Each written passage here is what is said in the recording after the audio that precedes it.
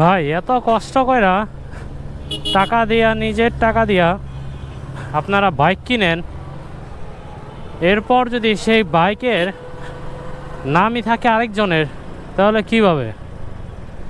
এখনকার দিনের এই সমস্যাটা অনেক। যারা নাকি সেকেন্ড হ্যান্ড বাইক কিনতেছে, সেটা শোরুম থেকে হোক অথবা সেটা কোনো হ্যান্ড টু হ্যান্ড, তো সেই ক্ষেত্রে তারা বাইকের নাম ট্রান্সফারটা খুব পরে করে। তো এইটা আসলে কত বড় সমস্যা দাঁড়াচ্ছে সেটাই আপনাদের আজকে জানাবো। আসসালামু আলাইকুম, আমি আশিক।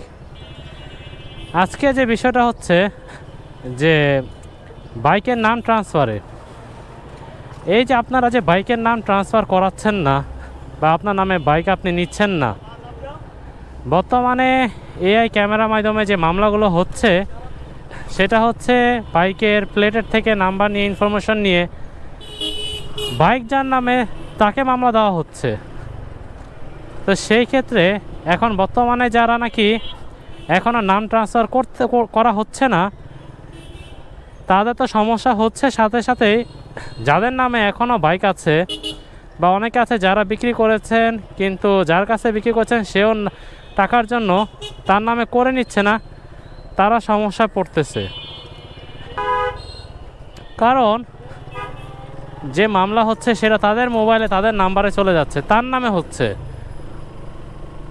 ইভেন এই জিনিসটা যদি কোনো ধরনেরও সমস্যা করে অথবা কোনো ক্রাইমের সাথে যদি জড়িত থাকে এই বাইক, তখনও বাইকের ওনার যে থাকবে বা যার নামে বাইকটা থাকবে, সেটা পুরান মালিক হোক আর নতুন মালিক, যার নামে থাকবে তার নামেই মামলাটা যাবে। তো অবশ্যই অবশ্যই আপনারা যারা নাকি বাইক সেল করে দিছেন কিন্তু এখনও সেই মানুষ আপনার কাছ থেকে নাম ট্রান্সফার করে নেয় নাই, তাদের সাথে আপনারা যোগাযোগ করবেন যাতে করে খুব শীঘ্রই তারা নাম ট্রান্সফার করে নেয় এবং এইসব মামলা থেকে আপনার শুধু হ্যাসেল যাতে না নেওয়া লাগে। আর যারা এখনও ভাবতেছেন যে নেই নাম নিজের নামে আমি করব, সেই ক্ষেত্রেও কিন্তু এখন জরিমানা করা হচ্ছে এবং জরিমানা হচ্ছে 10,000 টাকা। যে আপনি আরেকজনের নামে গাড়ি চালাচ্ছেন, সেটা পরে ধরলে আপনি বলেন আপনার ভাই লাগে, আপনার চাচা লাগে, তার গাড়ি আমি চালাচ্ছি, সেটা সত্য হোক আর মিথ্যা হোক, গাড়ি যদি আপনার নামে না থাকে তাহলে অবশ্যই অবশ্যই আপনাকে মামলার জন্য 10,000 টাকা আপনাকে দিতে হবে। অনেক আছে যে এখনও গাড়ি বা বাইক নিজের নামে করা হয় নাই এবং অন্যের নামে চালানো হচ্ছে। অবশ্যই আপনারা সেটা করেন।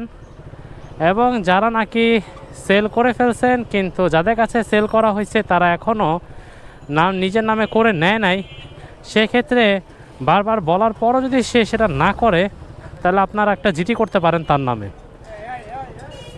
অনলাইনেও জিডি করা যায়, আপনি অনলাইন থেকেও করতে পারেন, অফিসে বা বাসায় বসে, অথবা আপনি থানা একটা জিডি করে আসতে পারেন।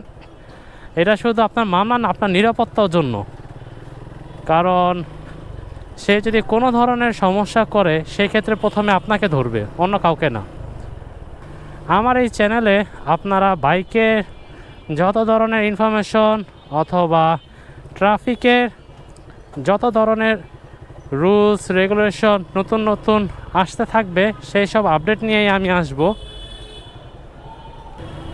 এবং অন্য কোনো ধরনের ইনফরমেশন যদি আপনাদের জানার প্রয়োজন হয়, তাহলে অবশ্যই কমেন্ট বক্সে জানান।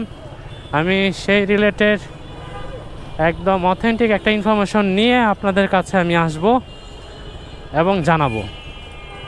ধন্যবাদ।